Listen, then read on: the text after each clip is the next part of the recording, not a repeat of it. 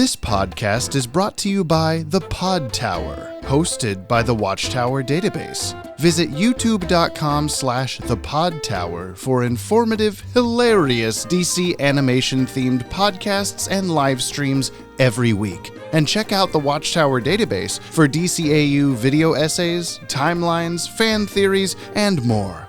And please, enjoy the show.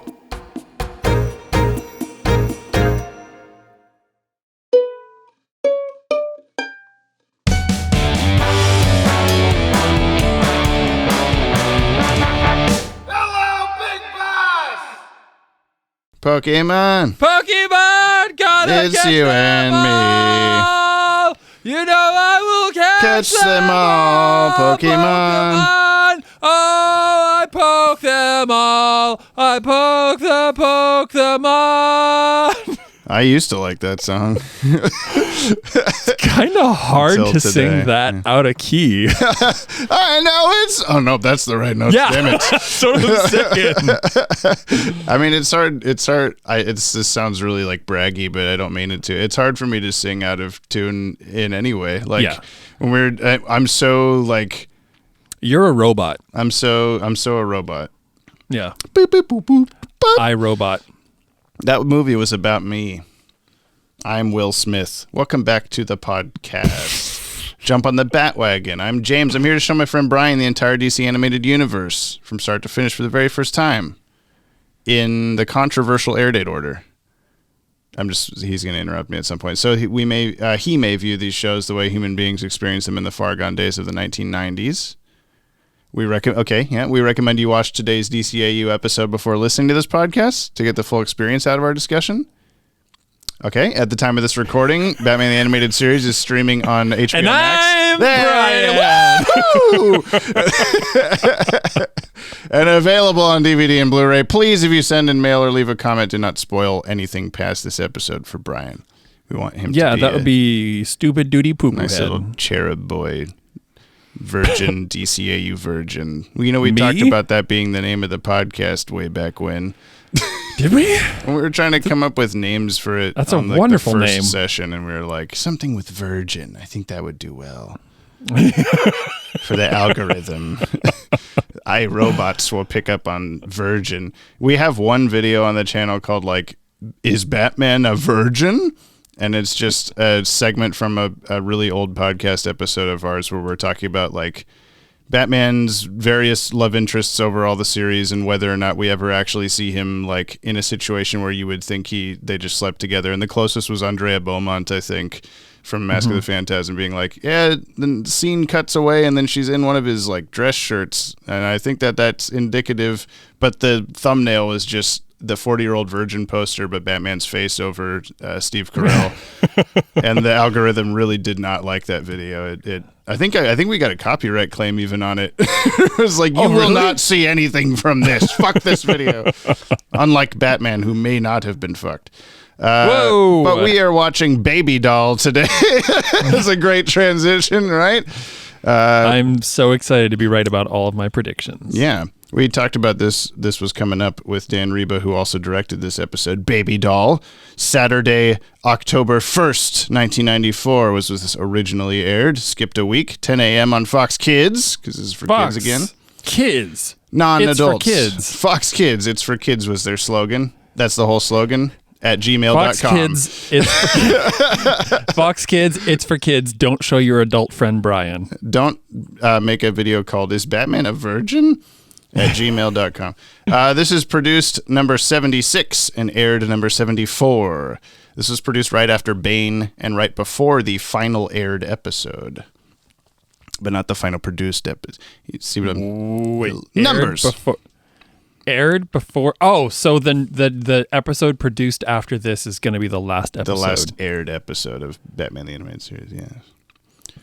But we have... Sad. We're coming up on We have 11 more after this one. Written by Paul Dini, directed by Dan Reba, music by Shirley Walker, and animation by Studio Junio, which is... Interesting that we're making a callback to them now. Yeah, there's the Dong Yang landslide there for a while, and then now we got Underdwellers people again for some reason. Yeah. I don't remember this looking bad though, so I think we're gonna be okay. You want to go watch the episode? This is what we do, and then we talk about it after we do that? Yep. Pokemon, gotta watch Baby Doll. Gotta watch Baby Doll. Pokemon. This is the Pokemon podcast where we watch Pokemon. Okay, let's watch Pokemon. All right, sick. Visit Miriam's a treasure. I couldn't get through the day without hers. Naughty, naughty daddies. Mustn't yell at your baby like that. You're not my daughter, and we're not a family. We're actors, remember? You canceled our show because you whined you weren't getting enough attention. But I knows now I made a boo-boo.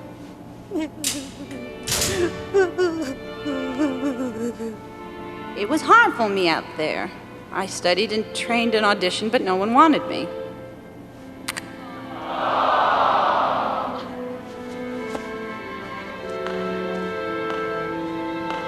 Over the years, I remembered how happy I was with all of you around me and the folks at home watching me each week. Me. Baby doll. Now I'm baby for good and everyone will love me again. Hugs, hugs.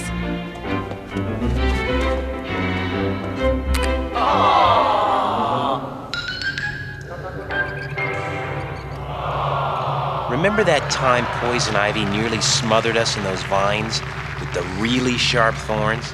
Yes. This is worse. Pokemon. I still don't know the words.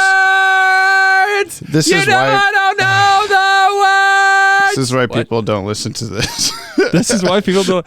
But you know what people do listen to / watch? What? The Watchtower MFing-er database. MFing-er. Who just passed 100,000 subscribers. Press that clap button. Yeah. I did it while you were shouting, yeah. Hi, we're back. We watched the episode. Can I bring up a very relevant and important thing? Absolutely not. What? Okay. I was at a restaurant of questionable quality the other day, and they had Sierra Mist on their soda dispenser. The discontinued brand Sierra Mist? Yeah. So I think I'm gonna I'm gonna take the Sierra Mist and I'm gonna bottle it and I'm gonna sell it for $100 a bottle. Anybody out there wants discontinued $100 soda? You won't find it anywhere else. Literally, yeah. No, that'd be good. That's a good idea. You should do that. Everyone listening, but go buy some Sierra Mist from Brian. He really needs help. He's really going down the hole, you know. I'm trying to sell bootleg soda. You want to see it? You open a trench coat in an alleyway. You have little hand-drawn logos on the bottles. It's the real shit. I think mine says Sierra Micey. No, that was just a typo. He was typing on the keyboard with his hand Sharpie. Anyway. What typing on the keyboard with this? Yep, press the button.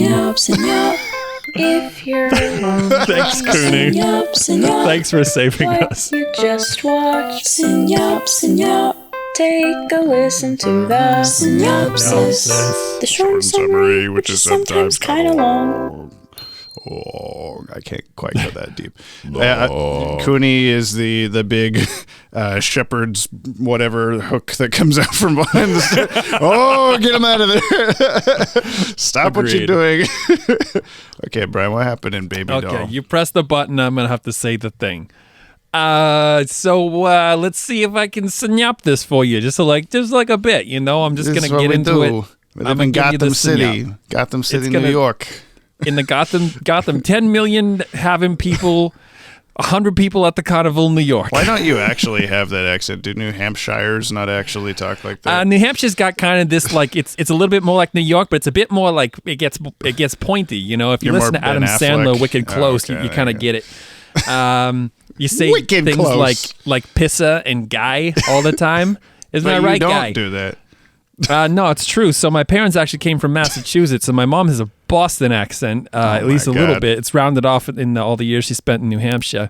But, if you want a real, hardcore New Hampshire sounding accent, go to YouTube and type in Hillbilly Weatherman. Go type in It's- New Hampshire accent. Yeah, it's something. So my mom had like the Boston accent, and it kind of rounded off. But I definitely grew up like being like, "Hey kids, get in the car. We're gonna go get some pizza." Pizza. Yeah, pizza. Yeah, you I add think an we've R to talked pizza. about this. Yes. Okay. What happened in Baby Doll? You piece of shit. Piece shit. That's the one. No, what would be the New England of like pieces? I guess he was a piece of shit. So anyway, You should tell it like Baby Doll talks. Do the whole thing like this. That's apparently my Baby Doll impression. No, we're not gonna do. Yes, I am. Pokemon. Okay, so wow, this is not an easy one to explore. Well, It's pretty if I was- basic. I don't know. if it was, it's like hard to do the like synyop. The actual synyop would be like a child actor who's not a child comes back from her show being canceled and has a mental breakdown and brings her co-stars back on, kidnaps her co-stars and is gonna, I don't know, get things started. Okay. The end. That's it? That's all you're going for? I mean, that's like a more proper one. I would say like, If it was me on this podcast right now, you might say it like this. I might say, the show opens up and there's a fucking creepy girl who's really good at fake crying, and she like makes a dude have a bad time with stuff. And then Batman and Robin are like, This is more like all it. This these is what I people, was looking for. all these people keep going kapoof. Batman, Robin, we gotta go do this. So I think that's Bullock talking or whatever. And then What did they're he like, say? It's me, you shit." dope, or something. Yeah, that's my favorite part. Like Actually, 2 sentences he said. Yeah. So the people are disappearing. We gotta go figure out who the why. Oh, it's the baby doll. Let's go punch this old lady in a baby's face. I'm gonna leave that there. Let's punch this old lady in a baby's face. I think that's the subtitle already. Yeah. So then they went and everybody was all wrapped up in ropes, and Robin was a fat kid, and he picked out the dynamite with his teeth and threw it behind him. And then Batman chased the I baby. also like Robin was a fat kid. And then Batman chased the baby to a carnival, and he didn't kick her in the face even when he had the perfect opportunity to the end. It was such a like emotional last 30 seconds, and I was kind of looking over at your face like, oh, is he oh yeah, I think he is kind of getting into it, and then you just kick her in the face, Batman. Like as he's standing there consoling her, like, God damn it. Is he gonna kick her in the face? She was such a little piece of shit. I just wish he kicked her in the face. I'll read you the official synopsis, okay? It's very short, like Okay. Baby Doll. A former child star, now grown bitter and insane, kidnaps her TV family and holds them prisoner on an abandoned soundstage. While Robin is a fat kid, Robin works fast to free the actors from Baby Doll's explosive death trap, Batman pursues the tiny fiend through a deadly carnival funhouse. The end. Okay, great. So what was the plan? Was she like gonna like? Well, it says here it was an explosive death trap. Yeah, But I don't think I mean, I guess it was good. Like you said, and if Robin Fat Kid hadn't teeth thrown the dynamite, yeah, they would have killed Baby Doll also. yeah. She was right there. She Yeah. was arguably the closest person to that stick of dynamite. Yeah. How What- was that what was a the plan? Yeah, I don't know. Maybe that was the plan. I was kind of hoping they touched on that, honestly. Like, I was hoping they would be like, oh, like, that was what I was planning to do, is because, like, why even bother with life anymore? I'm not going to, my show is gone or whatever. Which, like, if that was her motivation, then this show should have been played a lot more darker, and she probably should have been, like, sitting by the cake and, like, crying or something. I was trying to think of, Maybe it's for kids. Yeah. I was thinking of how Paul Dini just made up this character for this episode, much like he just made up Harley Quinn for whatever the first Joker's favor or something. But He's got a thing for blondes with pigtails. I was gonna say he's got a thing for like infantilized blondes, apparently. Okay, so Paul, we've got your number. Yeah. We know your kinks. We know you listen to this podcast. We know you listen to this. There was someone, I think I mentioned this. It was off the air last time when we were closing out with Dan, but someone had commented on a video. I think I can't remember which video it was. Baby Doll was in the video that we did, and they were talking about how like, oh, Baby Doll wouldn't work today. Baby Doll would be canceled if that episode came out today, and I was like, what? Huh? And it was all about, because, like, I guess, so I'm going to sound really, really old man naive or whatever, but in cool. Anime, there's something called a lolly, which is a really, really old, like, oh, I'm an ancient sorcerer or something, but I'm in the body of, like, a 12-year-old girl. And so you can and cannot sexualize this character because they are not a child, but they are seen as a child. So, like, that's what they were getting at if it was that Baby Doll would be canceled, wouldn't work today. And I'm like, the character is not sexualized in any way in this episode. The most that you get is you can see her fucking underwear the entire episode, which was really uncomfortable to me. I think that was, like, a nod to the, like, early, yeah. You know, animation, like Warner Brothers stuff, when it's like diaper-ish, I think. Yeah, but then if she's like kind of 40, like the cigar baby in in Who Framed Roger Rabbit. Yeah. I don't know. I'm not trying to like dive too deep into that. I just mean it was a little bit weird that he also can't apparently come up with a secret identity for this character that isn't the part of their name already. Harleen Quinzel and Mary Doll. Like, what? Can you try a little bit harder, Paul? I don't know. I mean, I think there's some camp to that, like an intentional. You know, I can't think of a good example otherwise. Right? Oh, well, like maybe Riddler. Holy shit! Enigma. Yeah. I'm not trying to. I am picking the only things I can think about to be negative about really quick and getting them over with, I guess. I like this episode. I think it's a good one. Like I don't ever think of it as like the clunkers of btas includes Baby Doll. Like that doesn't come to mind. But I don't know how you felt about it as you kept going back and forth, I think, between like, okay, this could be really interesting and what is happening? this is a weird choice or whatever. That's I think that pretty much like accurately describes how I felt. I don't know, like it was unique for sure, but I also felt like I was left kind of wanting for more. Yeah, I was just seeing something about, I think it was in the book.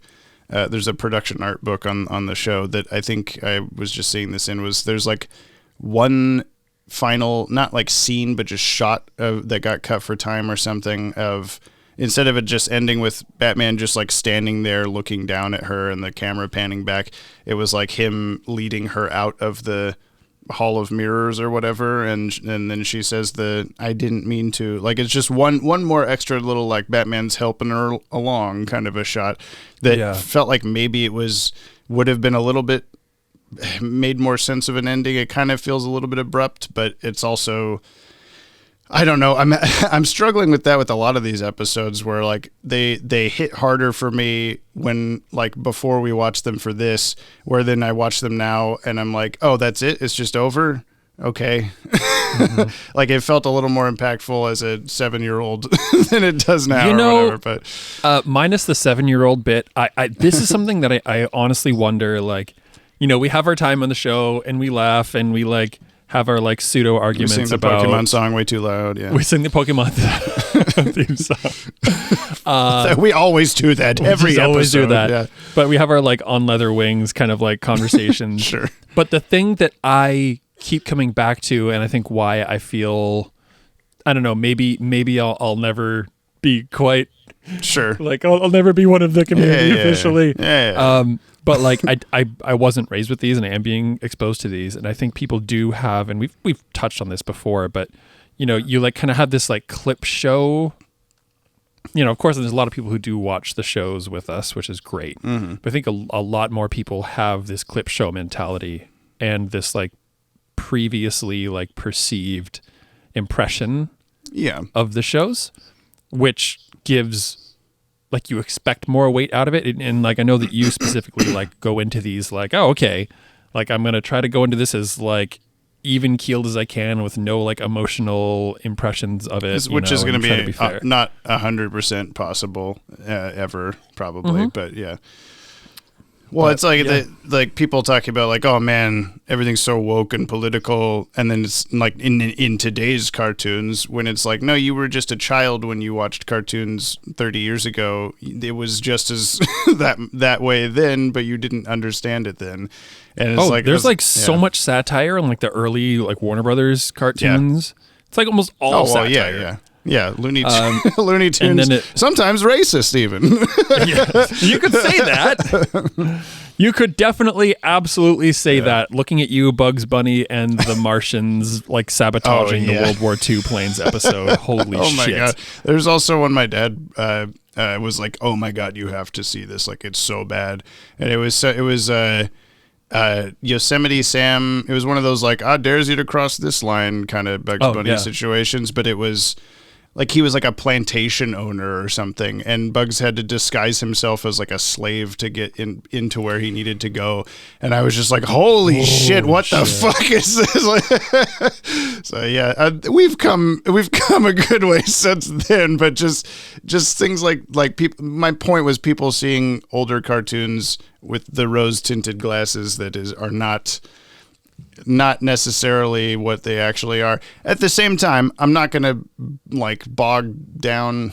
Is that a verb? Anybody for being like in love. Yeah. I'm not going to boggle anyone for being like in love with this episode. Like I can totally see why it would speak to you and why it would be impressionable and Batman's just trying to help her and this horrible thing. It just didn't fully click for me, and I think that says something about my own life experience or something. Is like maybe I would connect to the baby doll character more if I had similar isms, Well, this is like, man, I feel like we've gone from like screaming Pokemon to actually having like in-depth art conversations. No, let's go back.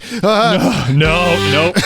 You cannot unplug me from this one. And I think we've talked, I love this conversation because it's something that was like really impactful to me. So forgive me if we've mentioned this on the podcast already, but the like white painting, like the white canvas kind of effect, like, modern art, there's like artists who paint canvases white and like people, or like really simplistically. And a lot of so viewers, much, or it means nothing. Yeah. A lot of viewers have like super, especially those who like haven't made a point to either research the art or spend a lot of time in museums, like trying to understand art, which is like its own fucking practice. Yeah. But like the best, like most succinct way I've ever been able to explain it to people and like why you should give modern art a second chance is that like one, if like read the placard and read up on the artist. Like if it's a specific exhibit, read up on the artist before you go, because if they're in a museum, chances are there's like an explanation for the art that they were making at that decade of their lives. Right. Yeah. What were they going through? What did this mean to them? Yeah. And a lot of times it's like political even, which is like, oh shit, I didn't see that. What was happening in the world? Yeah. Yeah. Yep. And the other thing that I tell people if I have like one sentence to tell them is like, well, don't regard this as a white canvas, regard it as a mirror. Because like whatever you're getting out of this is a direct, it's the direct impression like, or expression. Like it is you, whatever you are. If this makes you angry, like you're an angry person, and that might be something you need to look into. Joe, who has joined us for Raz Al Ghul episodes. Yeah. We walked by an art museum here in Smaller Bus, and he was like looking in through the window and just like there was all these really unique, cool sculptures and paintings and stuff. It was like it just opened at the time, and but they were all made from like there was a whole exhibit made of garbage or something like that, and Joe was just like. I'm calling out Joe here on the podcast. He's not going to listen to this. He and Paul Dini are both listening to this podcast together. Joe was just like, I don't get this. I don't understand. How is this art kind of a thing? Meanwhile, Joe and I are writing like abstract blobs on marching band fields all the time, and Joe doesn't ever question that. But what did that mean to you, Joe? Nothing. No. But and that's the thing. It's like art. Yeah.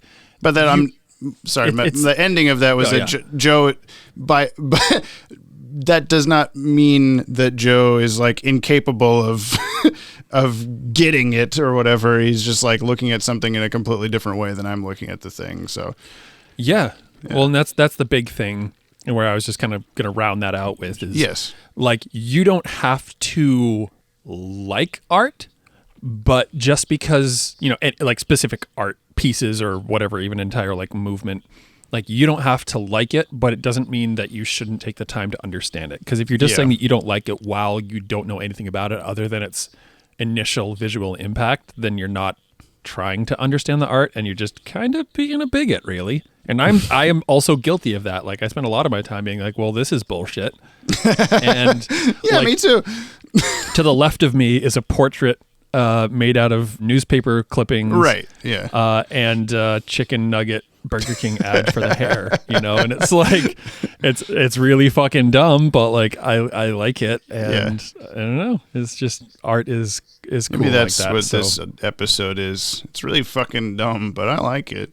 I like that part where Robin's like, you remember when Poison Ivy wrapped us up in those really spiky thorns? Yes, this is worse. That was a good joke. That was a really good joke. He's getting better. Robin's getting better at his one-liners. Yeah. Now that we've had that conversation, you want to talk about the cast of this episode? I am dying to figure out who played Baby Doll. Okay, I don't think it's anybody that you'll know, but... damn it! Kevin Conroy as Batman. Lauren Lester as Robin. Wait, no, this is right. This is, for some reason, comes before Bob Hastings. Robert Costanzo as Detective Bullock, everybody! Get up with the hybrid man! Get up with the hybrid man! He said over the radio. It's been so long. Yeah, it'll be... I was thinking that when we first started doing this, like, oh, we're just going to be doing this like every other Batman episode, and then he's going to be gone, and he'll like cameo in some show like 5 years of the podcast from now. We'll be like, oh, fuck yeah. But it's happening. It's still happening inside Batman even. We're like, he's been gone for like 10 episodes. Yeah. Or at least not speaking. Right, yeah. Well, he said something over the radio, and you just went like, oh, get up on that. Bob Hastings is Commissioner Gordon, who I noticed had like one more button undone on his shirt than normal in this episode. He was what like were really they doing showing in that some office? chest. Yeah. Oh, we were watching Baby Doll recordings. He's no. A little bit steamy in there. Ephraim Zimbalist Jr. as Alfred. When the hell was Alfred in this episode? I don't think he was. Also, a quick throwback. It wouldn't be Baby Doll that would be canceled. It would be the writer. It'd be like Paul Dini. Yeah, I don't know. I don't care. Go on. That person's stupid. Was Alfred in this? I don't remember. I don't think so. The only times that we were in the Batcave was when Robin... They were watching the show. Yeah, when they watched the show.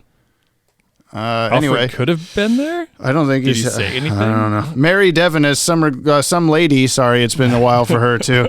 Allison LaPlaca as Baby Doll. Okay, give me her like top 10.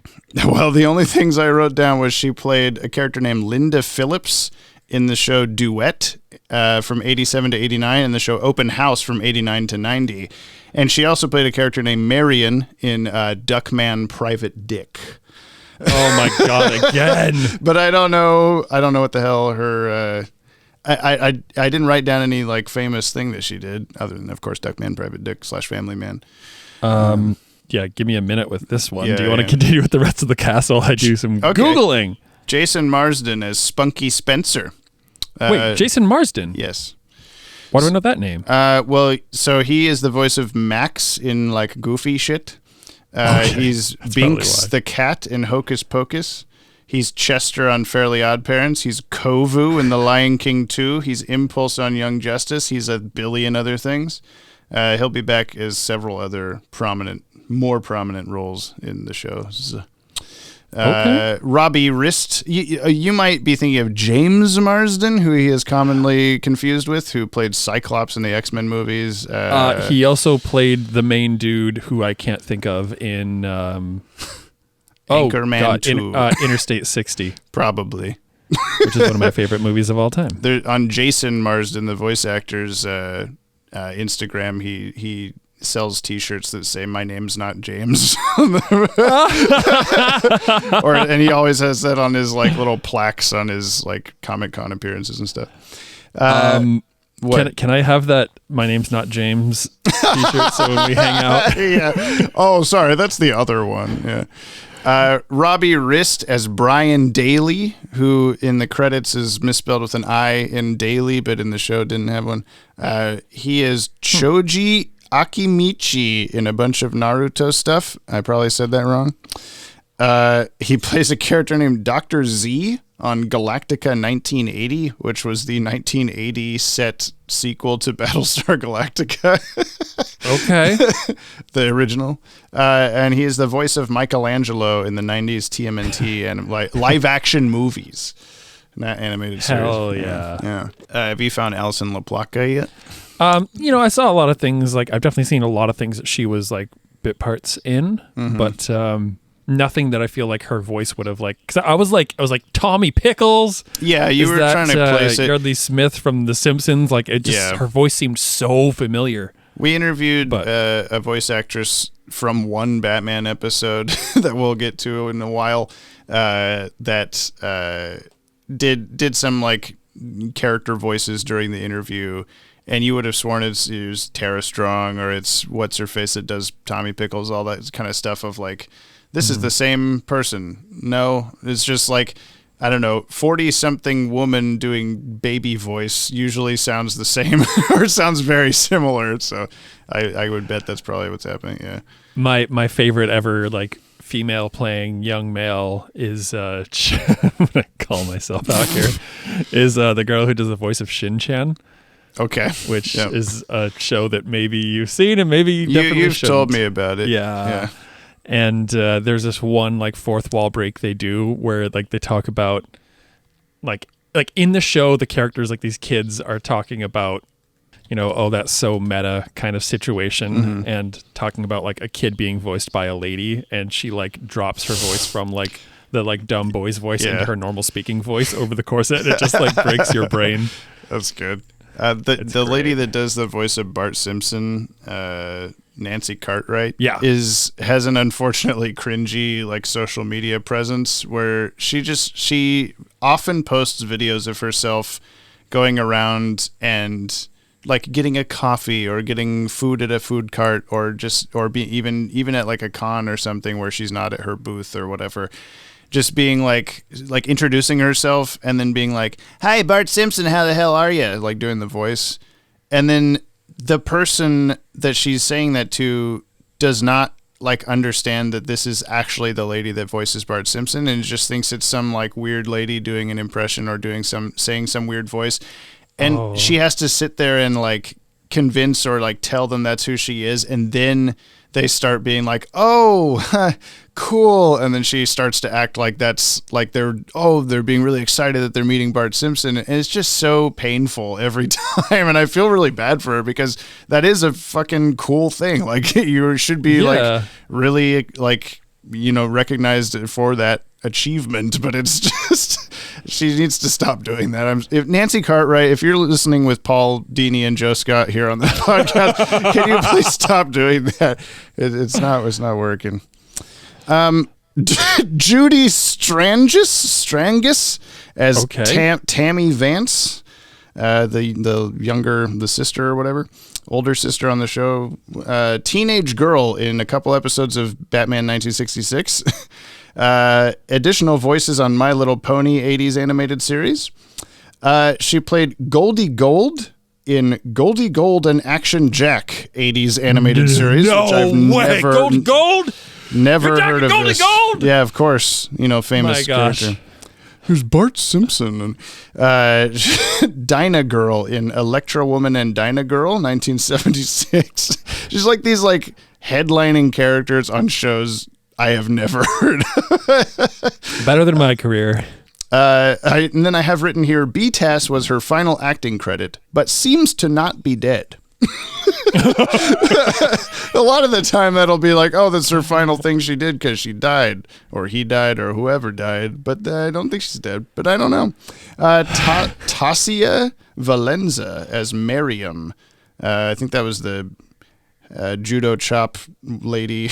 Henchman. Way better at karate than both Batman and Robin combined. 2v1, no problem. You She's said gonna kick their asses. Batman forgot how to block in this episode. You said, oh God, I can't wait till we get to Batman's usefulness. Yeah. So she voices Poison Ivy in the Batman Arkham games. Oh, cool. She is Sniper Wolf and Computer in Metal Gear Solid games. Cool. Yeah, various voices in several Star Wars video games. Cool.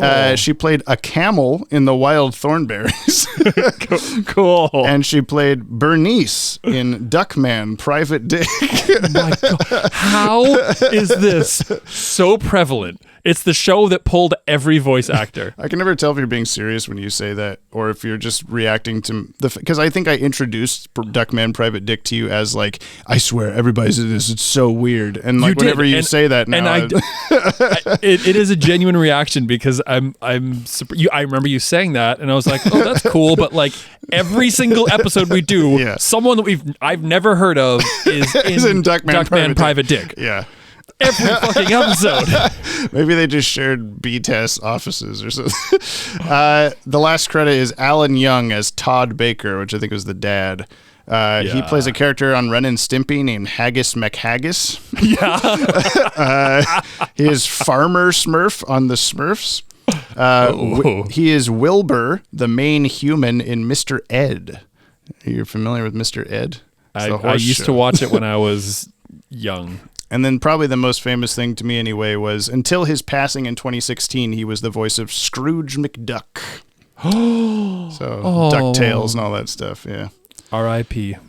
A good rounding out of the cast there. There's just a lot of people in this episode. Yeah. And Scrooge McDuck was there too. There's a big trib, so I'm just going to dive into it so that we can make sure we get through everything. The carousel music at the carnival, the same as in Robin's Reckoning Part 2. I started singing the battering sound effect to sure did. The sign above the theater's entrance at the start of the episode clearly reads "Dieth of a salesman" as opposed to death. Like there's an I instead. I don't think we noticed that though. So maybe that was I swear it was spelled right. Maybe that was a fix. It was spelled right. I would bet. Yeah. Another spelling error occurs later in the episode. The sign on the concession booth, Batman standing atop to draw the children away, reads Pope Cone instead of popcorn. I didn't see that one. I wonder if that was fixed. I think we were too busy talking about all 10 million people are here at the only non-abandoned amusement park in Gotham. When Miriam appears and attacks Batman, Tammy Vance is tied up, even though Robin untied her seconds earlier. Wham, wham, wham. She's Batman, just really into Bond. Keep going. Baby doll. Batman flips Miriam through a wall, creating a huge hole, but when he looks through the hole, it is suddenly much smaller. I didn't notice that, but you had noticed, like, what was she trying to do? Whatever. Yeah, she, like, jumped, like, did, like, the jump kick to him, but missed by, like, 20 feet and then just kept going. Just into the wall. I guess I'll lasso her leg.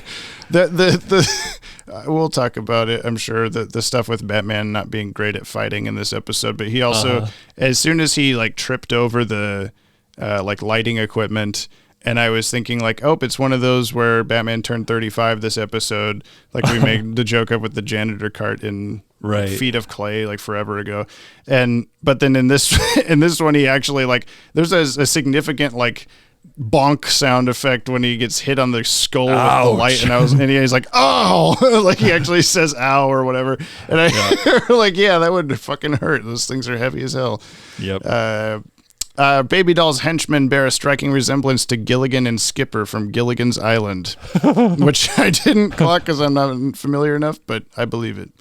Robin only takes one tape from Summer's desk, yet back at the Batcave, they are present on the counter next to Robin, like they're all there. I didn't clock that one. Shit. No. The animation in this episode was fine. I kind of noted, like, knowing it was the Underdwellers people, I was looking out for a handful of, like, kind of lumpy looking stuff, and Batman had a very, like, Underdweller's Batman face the whole episode. I also noticed that, so the shot where Baby Doll first like reveals herself, like the ball in the street, and I gotta beep boop on my belt to turn the Batmobile, and when she gets away in like a cloud of smoke somehow that I don't remember. Oh, it was the ball exploding. It was the ball.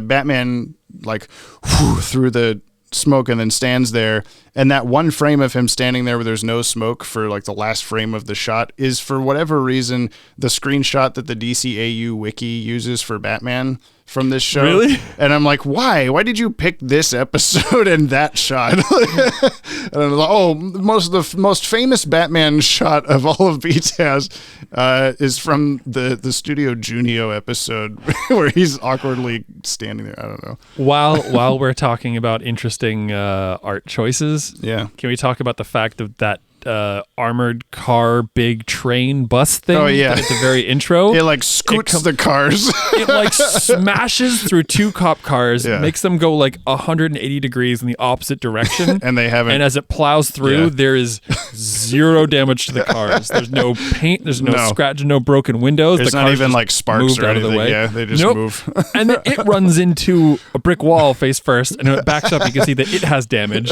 I'm like, what are those cop cars made out of? Bullock put extra wax. I don't know. Yeah, they're really slippery today. Gordon's like, Bullock, make sure you wax those cars extra good. We're expecting a train busting to hit them any day now. Why would you want me to do that? Look, it's the only armor we have for these cop cars. Just got to really rely on the wax. Yeah.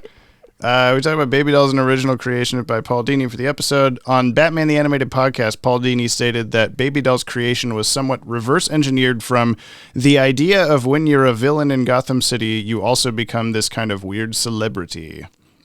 I guess that's sort of true. Okay. Like, sure. But not in the same way as like everyone knows the Riddler for his marketing, whatever that was. Yeah. Or Batman for his Pope cone stand-in. Yeah. When he's in there, and you made a good point of like, shouldn't they go, oh, Batman's here? Where is the bomb? I better leave or whatever. Like they should know something shitty's about to go down. Not like, holy cool, it's Batman. Oh my god, Batman. Let's crowd around him. That's certainly the best thing we can do in this situation. Same with the Riddler's reform of all those rich people saw Batman for the first time, and all they could do is laugh at him.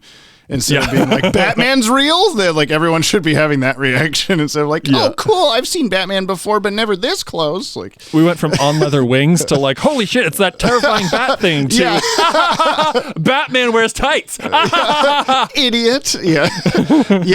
What a loser. Go stand on some Pope cone. Baby Doll's character is partly based on real ex-child actors such as Gary Coleman, Shirley Temple, and Emmanuel Lewis of 80s sitcom Webster. I don't know that one, but the other two. Well, obviously Webster. Yeah, Webster. Obviously, Electra Woman and Dyna Girl. Hypoplasia is a real condition, but it usually affects only parts of the body, such as organs, which are underdeveloped in the mature adult. Yeah, I was waiting for you to do That's Not How That Works on that and on the Funhouse mirror at the end. And I mean, the Funhouse mirror thing was I think I started to and I cut myself off. The hyperplasia thing, though, there's actually like this famous like Russian dude who looks like a baby. He's like really popular in social media. Oh, I know who you're talking about. I don't know his name either, but I can see his little face. Yeah, something. It's probably like. Don't even guess. Okay. But yeah, I know what you mean. Russian Bill? Russia Bill.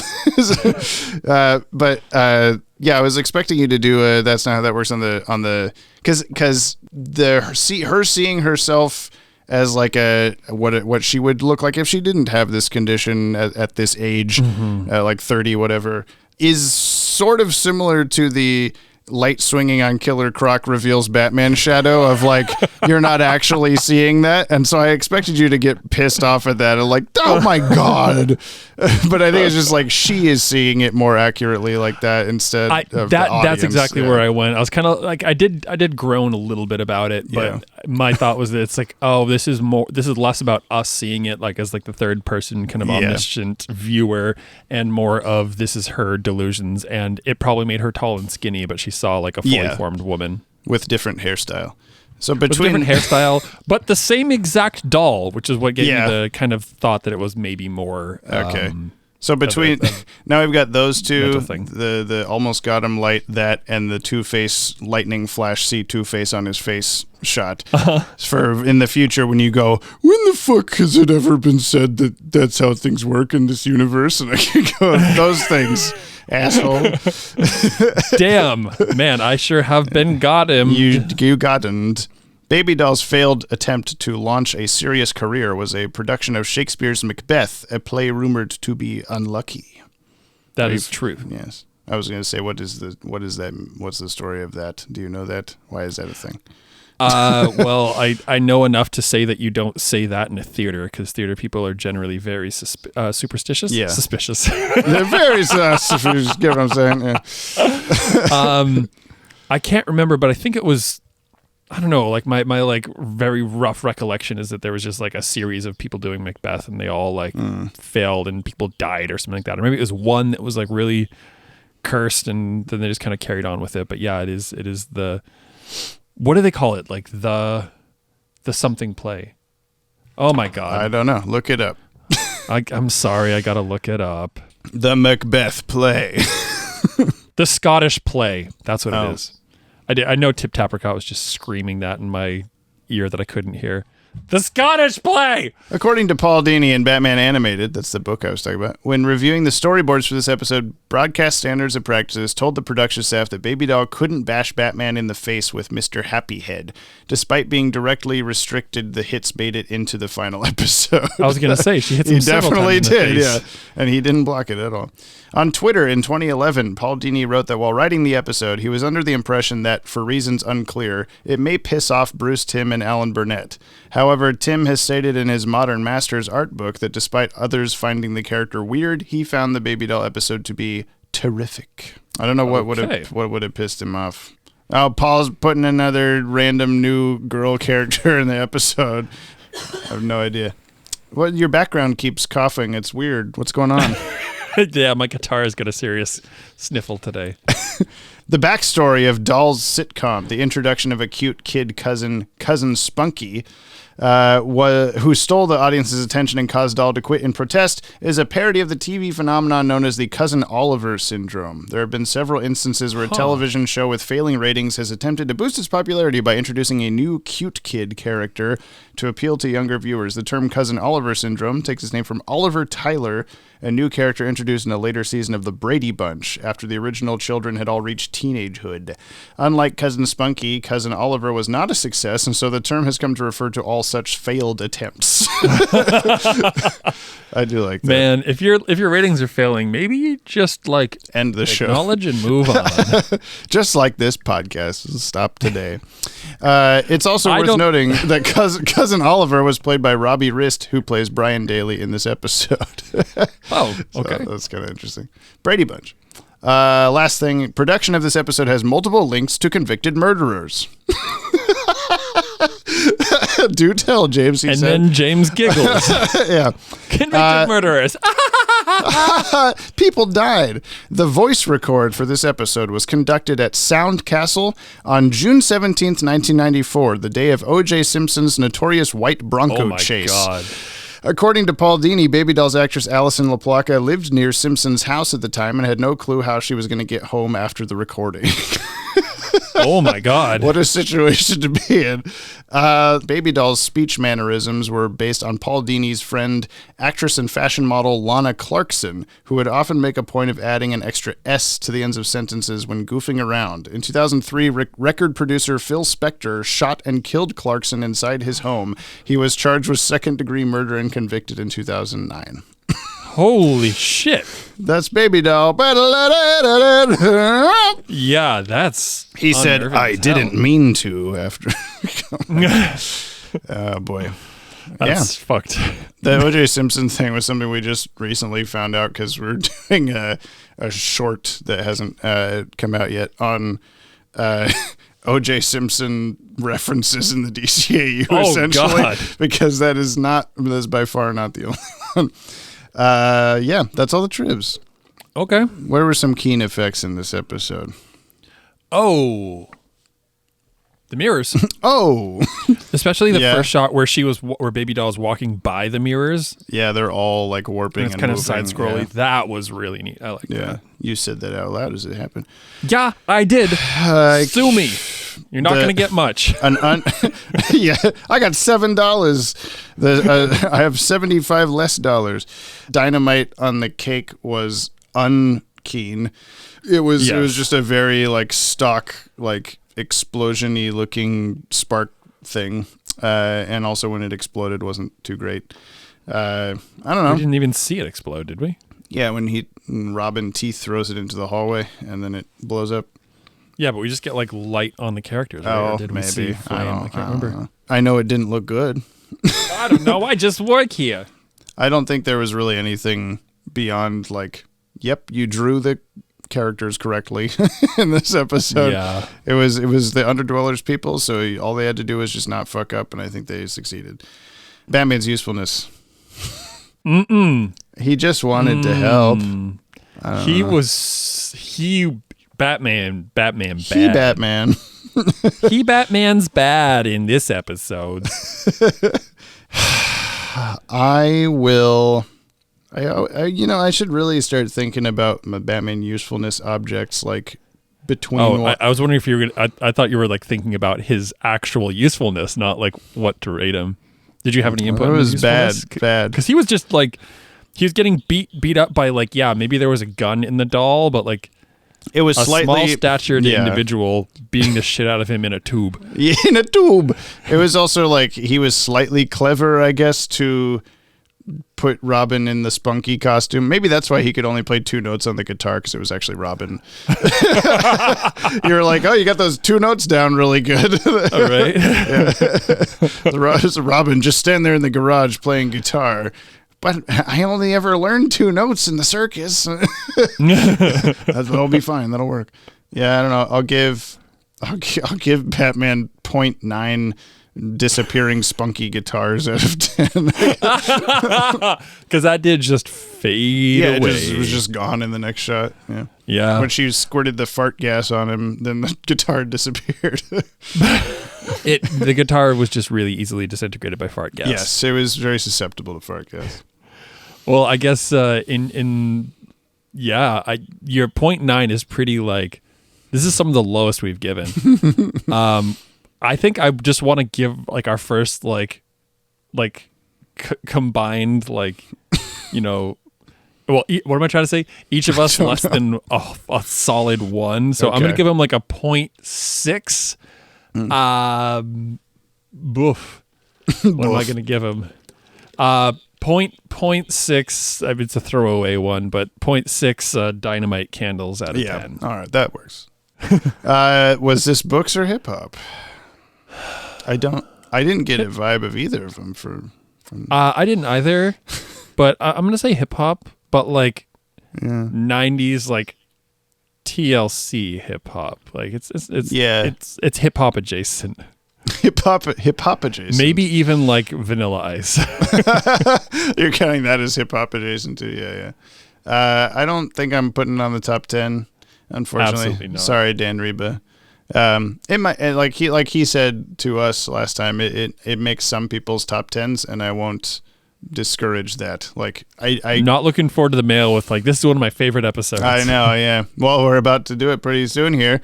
I will say that after we do the mail, I'm going to come back and tell Brian the name of the next episode, and he tries to guess what it is. But right now, Oh my god! That yacht.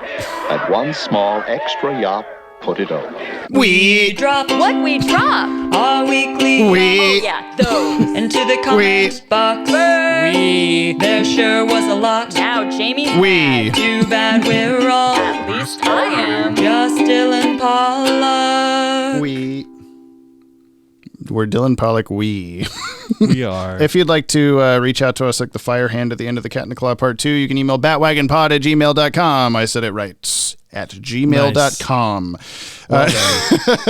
There's someone, the video that we just put out on supervillain design changes, I put a fire hand at the end of the Cat in the Claw Part 2 joke in there, and since we've been getting a lot of comments and views and stuff on that, there's been a lot of people that don't know us coming out of the woodwork.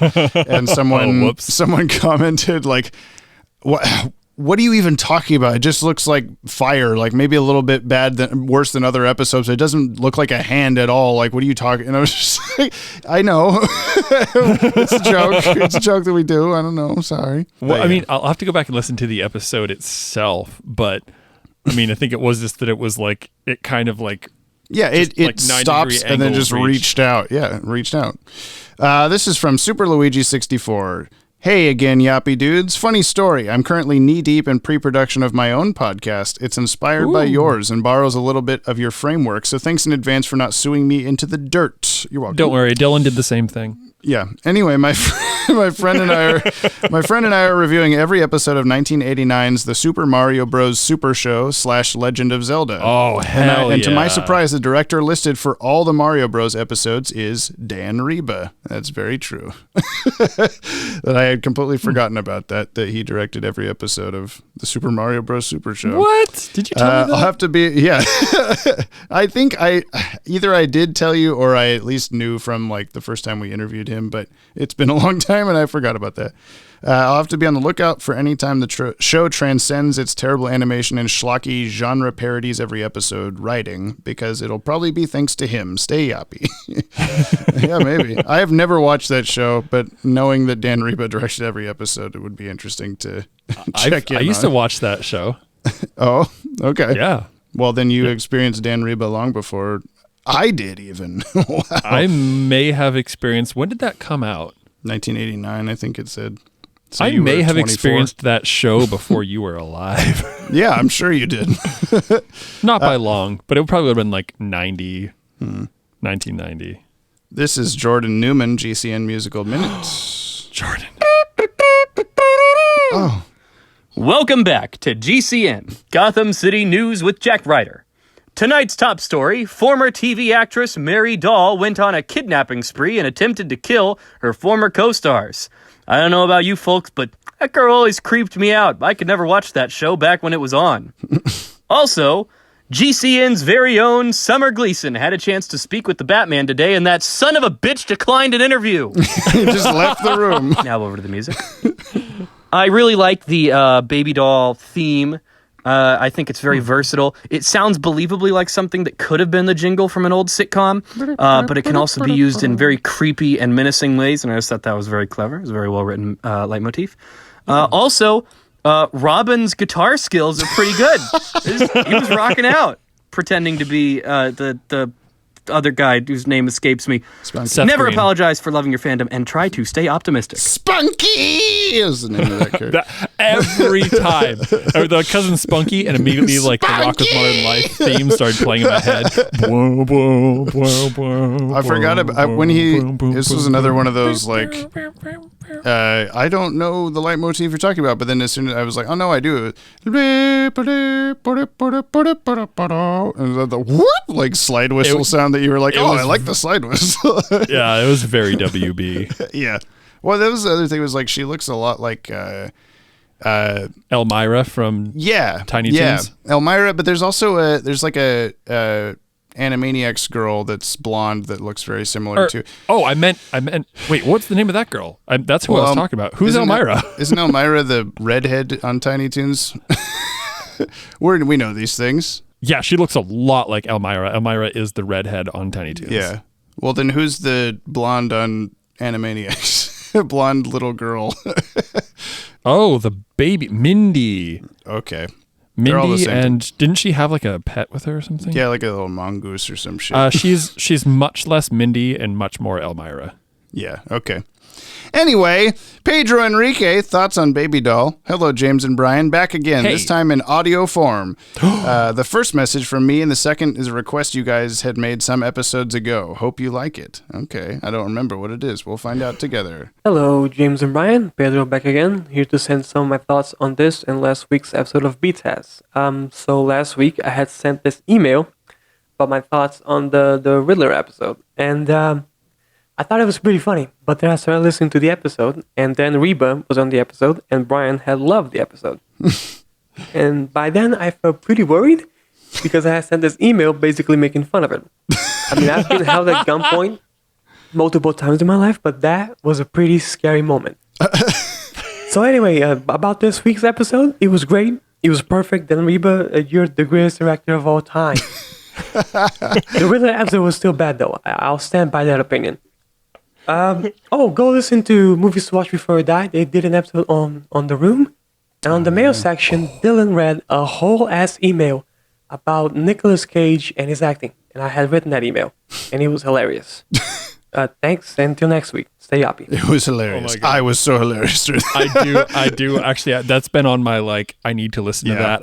I've been in a weird, all the work I've been doing lately, I've not really been able to focus on podcasts. So I've been letting that one sit in my queue of I want to watch this because I love The Room. I need to watch The Room again. And then, because I was going to watch, I was going to do when the parody making of movie Disaster Artist, that's came out. I was like, I should watch both these back to back or whatever, and I still haven't done that, but I should now include Movies to Watch Before You Die as part of the marathon. Yeah, I'm really wanting to see the next Tommy Wiseau film, but I'm also I don't know, I think he could maybe I'll be proven wrong, but I feel like he's in great danger of only riding on the coattails of The Room being a how the fuck did this terrible thing happen? Yeah. The James Franco movie is supposedly also not entirely accurate, but I don't know enough about it to say what's wrong. Pedro, don't ever feel bad. No, about, yes, absolutely. Ripping on a thing go just whatever you feel. Yeah. No judgment here. James will forever judge me for thinking that On Other Wings is the worst episode ever produced. And it's fine. It's fine that I'm right and he's wrong. Yeah, absolutely. This is called "Where's the Extended Cut?" is his second message. Yep. And Krusty Krab. Wait, where's the?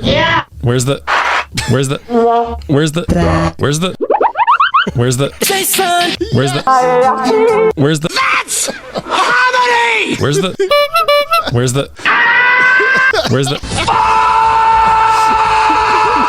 Welcome to the Movies to Watch Before You Die podcast. There it is. Jesus. I don't even know at this point which one you're looking for. Thank you so much. That was very good. That's comedy! Oh my god, that was an explosion in my brain. That's comedy line is from We're Back, a Dinosaur Story, so I appreciated that. Which is on our list to watch again. Thank you very much, Pedro. That was very good. Dino-faced individual, baby doll, not hench reviews. Last week, Brian asked who I was. When I heard that, Yes. I nearly cried in rage. Brian, you of all people, the person who ruined my life, and you act like you've never heard of me before? Third grade, 1923? I remember it very well, Brian. I was the only dinosaur in the entire class, and I was bullied for it. You were the popular one. You and your good juggling skills and not dying of polio like everyone else. I was so jealous of your skills, so I challenged you to a juggling contest. Do you think I was good at juggling with my dinosaur arms? No. Those balls fell on my face and I cried. In those 100 years, I've never forgotten you, Brian. In a more serious note, my actual hench review is that I love Miriam, and I don't know why. Anyways, I'll see you all next week. If I can think of a hench review for the next episode, it's a living. Very good indeed. Wow. The listener is pulling out some bangers. Yeah, they really are. All the sock puppet accounts. Yeah, good job, Dylan. For third grade, 1923, you don't remember? I was the only dinosaur. This is the 100th anniversary of my third grade graduation. I know, it's so cool. Scarlowy 1, Jump on the Mechanic Wagon Season 2, Episode 8. Hello, listener, and welcome to Jump on the Mechanic Wagon. I'm your host, Scarlowy1. In this episode, I will tell you about Season 2, Episode 8 of Earl, the animated series, Optimus Earl. Oh my god. One morning, when Earl came into the garage, he saw a large red and blue tractor-trailer truck that was not there yesterday. Upon inspecting it, he found a note that said, "Fix me." After Earl fixed the truck, it transformed to a large robot and said, "Thank you, kind sir," and then left. While Earl was watching the robot walk away, he said, "I gotta stop having martinis for breakfast." In an interview, Michael Bay said that this episode did not have enough explosions. Anyway, see you next week. Same TV time, same boo channel. And the 42-minute long episode was pretty succinct this time too. Yeah. I like I wish that there was more like legitimate connection between Transformers and the DCAU, because theoretically Transformers is part of the same big multiverse. Oh my but God. the guy that voices Optimus Prime is still sometimes today, I think. Peter Cullen is who you know as all of the Toonami like commercial voiceover. He's only Toonami like every time. And but so like infamously, he for us anyway, he is like one of like 3 different times that they actually tell you what year it is in Batman Beyond, because I won't tell you what it is, but he like says it in the commercial, and so I'm like, oh, Optimus Prime is part of the reason why we know when Batman Beyond happens. That's not enough of a video subject in itself. Maybe a short. I don't know. YouTube Shorts. Yeah, Tip Tapricot, Contemplations on Baby Doll, or the return of Batman and Co.'s photorealistic masks and impressions of other people. Yes, very true. Hello there, I am back with some contemplations on Baby Doll, baby, and also my cat is here. Ooh, I like it. That was Marley. But so I love this episode. It does a lot really, really well. Great animation. It also does that thing where you think that it's going to be like a really annoying villain, and then they just kind of pull the rug out from under you by having like the annoying voice actually be a part of it, with like Baby Doll's voice changing and the amazing voice acting that actress does. Holy shit. And also the intersections of like ableism and sexism and infantilization in society, and how both women and physically disabled people are like treated like children, or like they're incapable of doing things that others can, and that they're denied autonomy and life, and the way that can really break up and hurt someone and impact mental health and image. And just, it's such an emotionally poignant and deep and dark episode, and it makes me so it's so good every time I watch it, and I hadn't watched it in a bit, so I'm really excited for your thoughts, and also some of the dumber things, but it's just, it's good.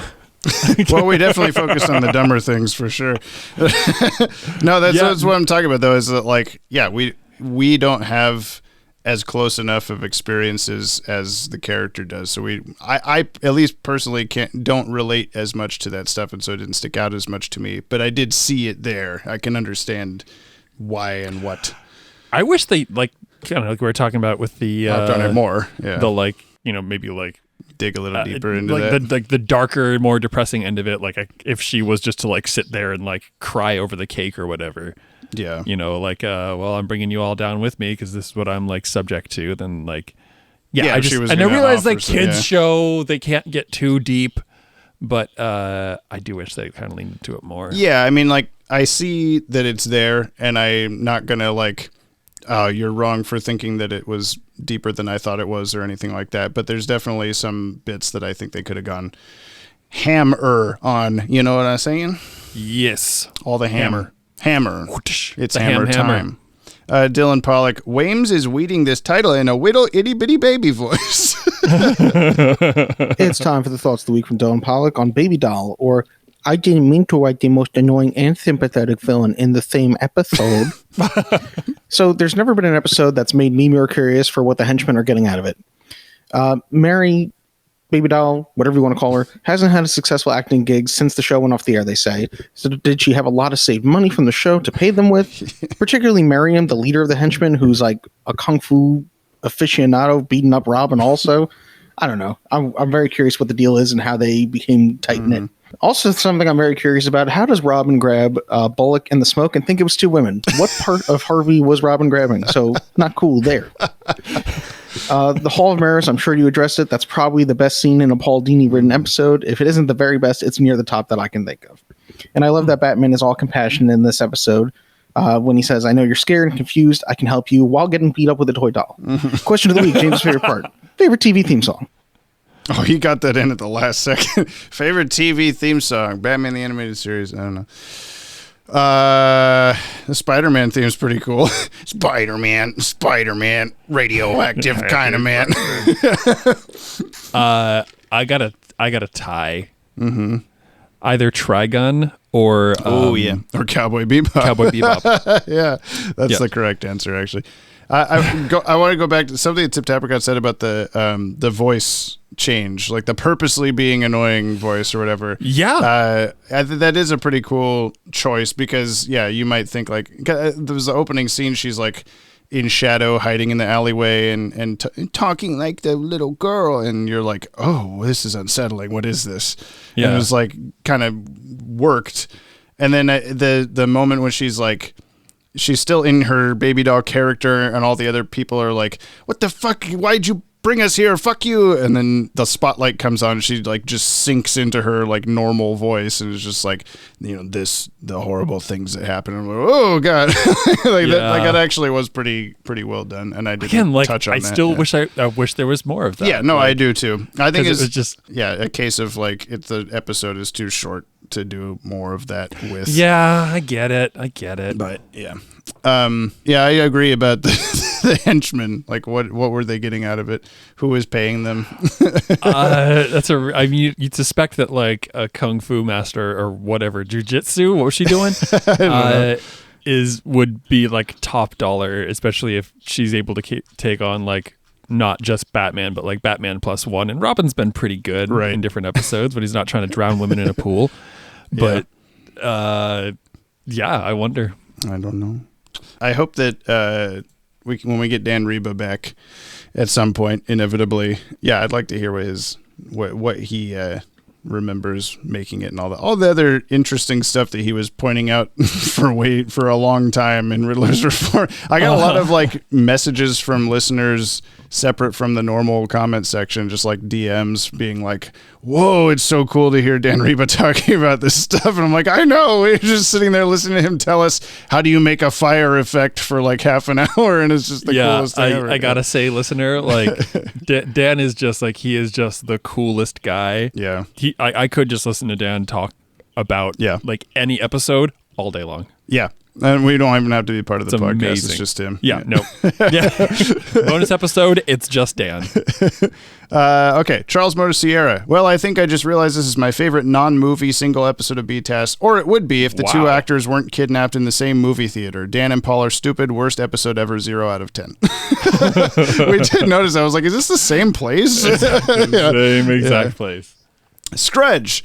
I love how the Batmobile's autopilot has just zero precautions in place for if a kid runs out into the street. Batman straight up has to enter a Street Fighter combo into his belt in order for it to swerve slightly out of the way. Yeah, buddy. He just straight up put the Konami code in there. Yeah. Up, down, left, right. Oh, shit. Yeah. Chris Knife. Is Banana Man okay? I wonder, too. I know. I think we lost Banana Man. I'm sad. Yeah. Snake Face Nick. Hey guys, it's me, Scarface Nate. Yes, I changed my username. I don't believe it. I think this is Dylan Pollock. Baby Doll, one of the most infamous episodes of BTAS, and is the go-to episode people used to describe how this version of Batman actually cares about people. That and one other episode, but that's neither here nor there until 50 years from now, whenever now is upon another rewatch. I loved this episode more than I initially did. This episode really feels like commentary on show business and what usually happens behind the scenes, and in that sense, it really feels like a tragic watch as you see someone fall from grace and try to pick up the pieces of their broken life. And while Baby Doll is 100% innocent or devoid of any wrongdoing, it does feel sad watching her go through it. Stay Yoppie. Is she devoid of? Is she innocent? I don't know. I don't think so. I mean, she definitely like was worthy of like trying to break out of her like typecasting, but she definitely made some interesting decisions there. Kate Tastic. Oh frick! Dan Reba jump scare. Serum Lake, looking forward to hearing you talk more about Baby Doll. While this episode is a little absurd on the surface, it has one of the grimmest scenes where Baby Doll attempts to blow up Cousin Spunky. She was standing too close to that dynamite that it would have killed her too, and I'm certain that wasn't an accident. And then there's the final scene in the Hall of Mirrors, such a beautiful punch to the gut. Yes, indeed. Thank you for catching that. Tez Scarlet. Anyone else remember that computer game that was an interactive storybook version of Riddler's Reform? Or is my brain malfunctioning? I think it came from sending in cereal box tops. I don't know that at all. What? I'm sorry. If you find out what that is, please let me know, because I'm trying to catalog every DCAU book that exists. So that would be cool to know. Last couple here, we got Wency209. Another Friday equals another Yop Day. All right, Baby Doll. This episode holds a special place in my heart. It's one of my favorite BTAS episodes. Not only because it was an original villain that wasn't from the comics or because it's a dark and sad episode, but because it was the episode that made me really interested in BTAS and see it more than just a silly superhero show. The whole concept of Baby Doll being pretty much a grown adult trapped inside a young child's body is very interesting, but also kind of scary idea. Well, that's all I have to say about this episode. I'm very interested to see what Bed Bath & Beyond thinks of this character, and when you two get to watch Baby Doll, aka the FBI broke down my door because I looked up Baby Doll Rule 34 because my intrusive thoughts told me to. Don't do that, Wincy. Please don't. I do like this one from Levi Church. This podcast is so good. Somebody tell me how they did it. I have to know. Batgirl fangirl. Batman's face when Baby Doll throws down the ball in front of him after the Batmobile careens through the newsstand is priceless. You mean the DCAU wiki screenshot? He was just, like thinking about that scene where he's like, wait a minute, and he like kind of turns around. Yeah. He really was a step behind like the whole damn episode. He got there, but he was there where Baby Doll literally was, and she just happened to like reveal herself for some reason. So many keen effects in this one. Light wraps galore. Oh, were there? Really made the more emotional scenes more poignant, especially at the climax. I guess in the with all like the spotlight stuff. Yeah. In my opinion, this episode's very well written, really emotional at times. That ending, I'm touched by it every time I see it. Loved hearing Dan's insight into my favorite Riddler episode. So want him to return in the future. Great job, James and Brian. 5 stars and 5 really dangerous teddy bears. Which wasn't it a bear? It was like a little guy, but that's okay. Whatever. Lanola Cola, I wouldn't mind a Red Robin style sting for the start or end of the podcast. It could go like, it's Big Bus, yop. I don't think so. I'm not doing it. And then last first, Mark Aquino, Baby Doll. This is a particularly unique entry in both The Adventures of Batman and Robin and the DCAU as a whole, and it's not hard to see why. There's a lot of commentary that can be said about how fragile the psyche of a child actor can be. There are plenty of think pieces and editorials written over the years that do a better job of it than this nobody from New Jersey ever could. Also, being a TV fan, I got a chuckle out of the Cousin Oliver Scrappy-Doo parallels with what happened to Baby Doll's show, Scrappy-Doo. New Jersey, cool. Place that Brian is obviously from. Personally, I think this is one of Paul Dini's best Batman stories. His trademarks of well-written dialogue and complex, emotionally twisted characters are on full display here. I also think this is Studio Junio's best work on the series thus far, with some legit good animation. While I'm sure for some, the more traditionally cartoony design of Baby Doll being so stylistically different from everyone else would come off as jarring, I'm pretty sure that was the point, and it worked for this episode. Just like Second Chance, they're really starting to make Robin useful, which is great. He was the first of the dynamic duo to come to Tammy Vance's aid, before she got kidnapped anyway. He flipped his way out of getting run over by a truck. Oh yeah, that was really, I forgot about that. When the truck rams through the cars, it's like an inch away from Robin, and then he crouches down and then springs up and jumps over the entire truck as his car. Yeah, Robin arguably more useful in this episode than Batman. Yeah. He suggested they study each episode of Baby Doll's show. He warned Cousin Spunky about Mary and disguised himself as Spunky so he could take his place and lead Batman right to her. Yeah, this is a much more Robin good episode. The only exception, of course, was mistaking Detective Bullock for Baby. Speaking of, it's surprising that this is the latest episode we've seen of Bullock since Mask of the Phantasm. So Q, has it really been that long? Has it been since Mask of the Phantasm? It might be. Maybe. By the way, it kind of looked like Mary's handler, Miriam, went to the same eyeglass store as Arnold Wesker, the ventriloquist. I clocked her glasses early on, too. I'm like, she doesn't need eyes. Yeah. As always, Boss Biggest Bear Hugs, the #1 podcast host of this here multiverse of ours, Jameson on the Rocks, and Bribery Accusation. And everybody else, you're all the best. Never forget that. Next episode is Return of a Very Particular Villain. I'm not going to say who it is. What does he reveal? Someone who, in terms of both production order and airdate order, we haven't seen in a long time. That's right, the Sewer King. Kidding, obviously.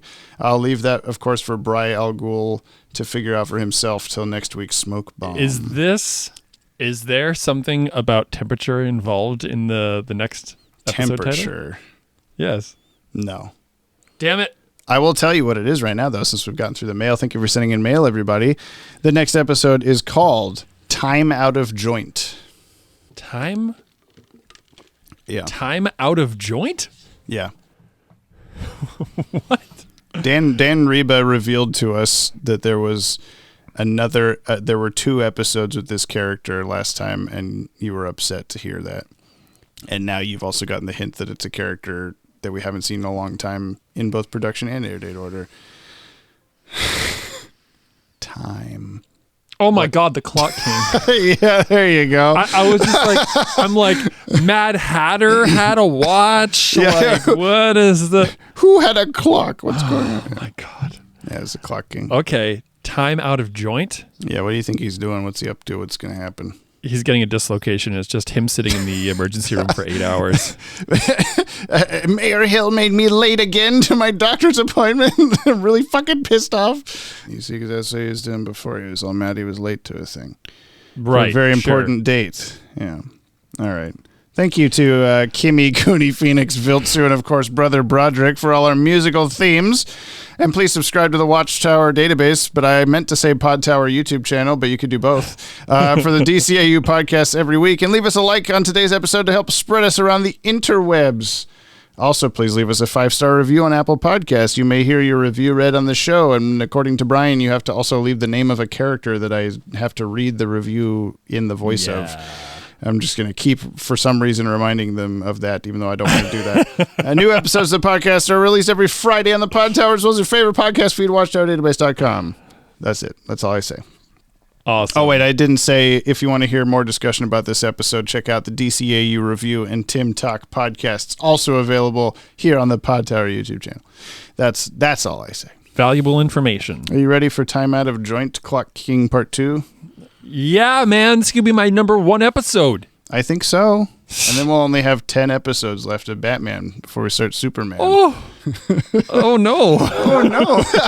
You texted me the other day. I was actually like really happy to read. You said like, I really don't want Batman to end, but I'm really happy or like excited for what Superman holds or something. And I'm like, oh, you don't want Batman to end. You do like doing this. Yeah, I mean, I am. It'll be interesting to see something different, but I'm also like, I don't know. I've always liked Batman more than Superman. Sure. So like, we'll see. I am definitely interested to see, like, there's not many people that could be, I don't like Batman. Batman's stupid. Like, he's pretty worldwide liked. I'm interested to see how the Superman show may or may not change your opinion on Superman and his campiness and stupidness or whatever. You mentioned like dozens of episodes ago about something about like thinking that Superman was very boring or whatever. So we'll see what you think as it's happening. I'm excited too. We are excited. Those, we're going to end the podcast now. Okay. Thanks for listening, listener. You the best. Thanks for listening, listener. You the best. Thanks for podcasting, Jamie. You the best. Podcasting, Jamie. You the best. Goodbye. Damn it.